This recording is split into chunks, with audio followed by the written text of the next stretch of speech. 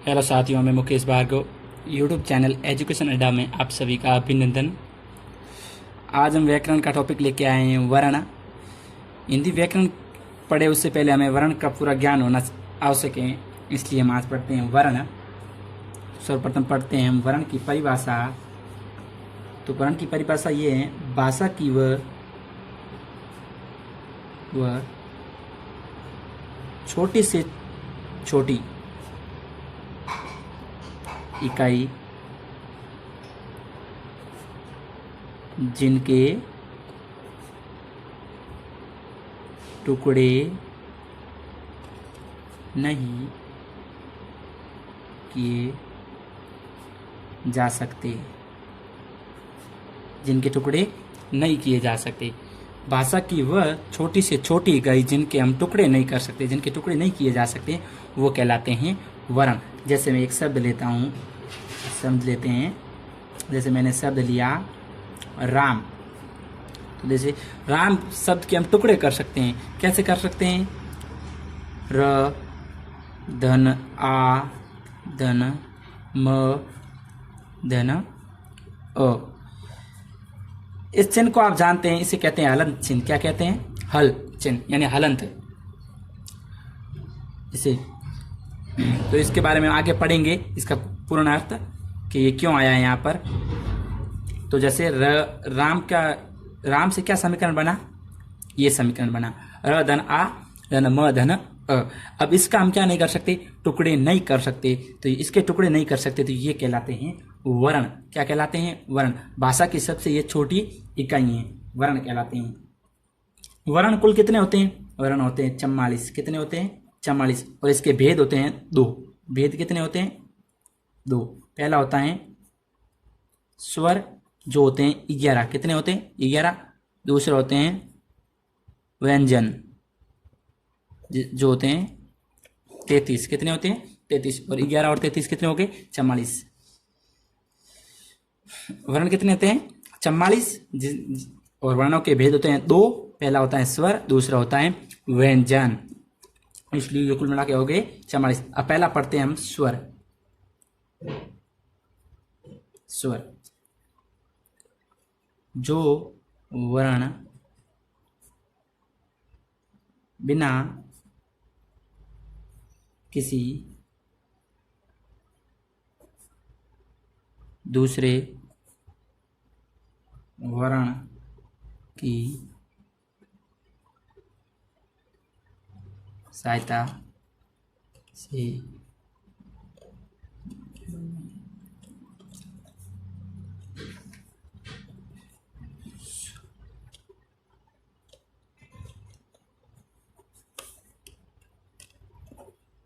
जो वर्ण बिना किसी दूसरे वर्ण की सहायता से बोले जाते हैं, यानी कि अपने आप में स्वतंत्र होते हैं। अपने आप में क्या होते हैं? स्वतंत्र। तो वो क्या कहलाते हैं? वो कहलाते हैं स्वर। क्या कहलाते हैं? स्वर। जैसे स्वर कितने बोले थे अभी मैंने? 11। अ, आ, ई, ई, उ, ऊ, री, ए, आई, ओ, आउ। कितने स्वर? 11 हो गए स्वर। जो किसी जो वर्ण बिना किसी दूसरे वर्ण की सहायता से बोले जाते हैं, जो अपने आप में स्वतंत्र होते हैं, वो कहलाते हैं स्वर। अ, आ, ई, उ, री, ए, आई, ओ, आउ। 11। स्वर के भेद भी होते हैं 2। स्वर के भेद भी होते हैं 2। तो स्वर के भेद भी होते हैं 2। पहला होता है ह्रस्व, दूसरा होता है दीर्घ, यानी ह्रस्व स्वर और दीर्घ स्वर। पहला पढ़ते हैं हम ह्रस्व स्वर। तो ह्रस्व स्वर क्या होता है? जिन स्वरों की उच्चारण में अपेक्षाकृत कम समय लगता है वे ह्रस्व स्वर कहलाते हैं।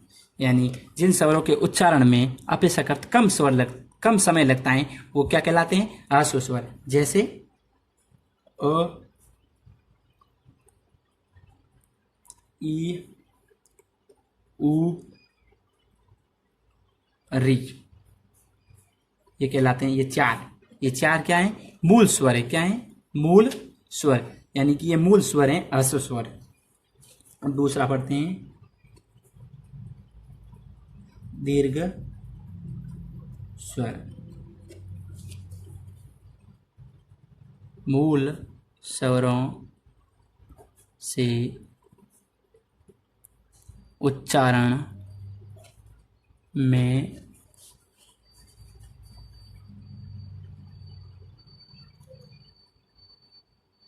दुगुना समय, कितना? दुगुना समय, उच्चारण में दुगुना समय लगता है। जैसे ये चार हटा दे तो बाकी क्या बचते हैं? आ, री, उ, ए, आई, ओ, औ। ये हैं दीर्घ स्वर। क्या है? दीर्घ स्वर। तो ये हैं ह्रस्व स्वर और ये हैं दीर्घ स्वर। अब पढ़ते हैं हम अगला टॉपिक, व्यंजन। यानी एक बार वापस देख लेते हैं। ह्रस्व स्वर, जिन स्वरों के उच्चारण में अपेक्षाकृत कम समय लगता है वो ह्रस्व स्वर। जैसे अ, ई, उ, री। और मूल स्वरों से डबल यानी दुगुना समय लगता है वो कहलाते हैं दीर्घ स्वर। आ, ई, उ, ए, आई, ओ, औ। अब पढ़ते हैं व्यंजन। व्यंजन व्यंजन क्या है? परिभाषा क्या है? जो वर्ण स्वरों की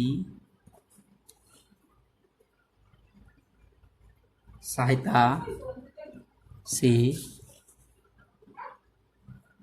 बोले जाते हैं वे व्यंजन कहलाते हैं। जो वर्ण स्वरों की सहायता से बोले जाते हैं। किसकी सहायता से? स्वरों की सहायता से, यानी कि ये स्वतंत्र नहीं होते, ये स्वरों की सहायता से बोले जाते हैं, तो ये व्यंजन कहलाते हैं। मूल रूप में जो स्वर होते हैं ना, मूल रूप से व्यंजन स्वर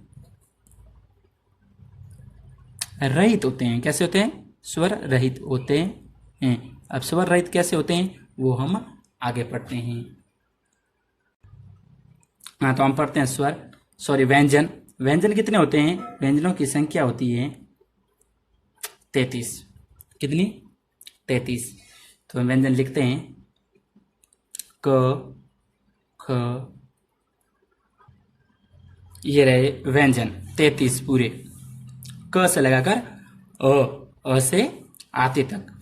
उससे आगे जो तीन वर्ण हैं जो आते हैं, स, त्र, ज्ञ और एक ये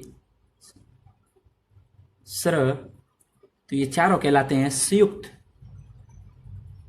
वर्ण। क्या कहलाते हैं? संयुक्त वर्ण। इनका निर्माण काफी वर्णों से मिलकर होता है, तो ये कहलाते हैं संयुक्त निर्माण। तो हम पढ़ते हैं आगे वर्ण के बारे में। तो ये है 33 वर्ण। देखो 33 वर्ण, अभी हमने पढ़ा था कि मुख्य रूप से जो व्यंजन होते हैं वो स्वर रहित होते हैं। तो स्वर रहित कैसे होते हैं? ये चिन्ह तो आपने देखा ही है, ये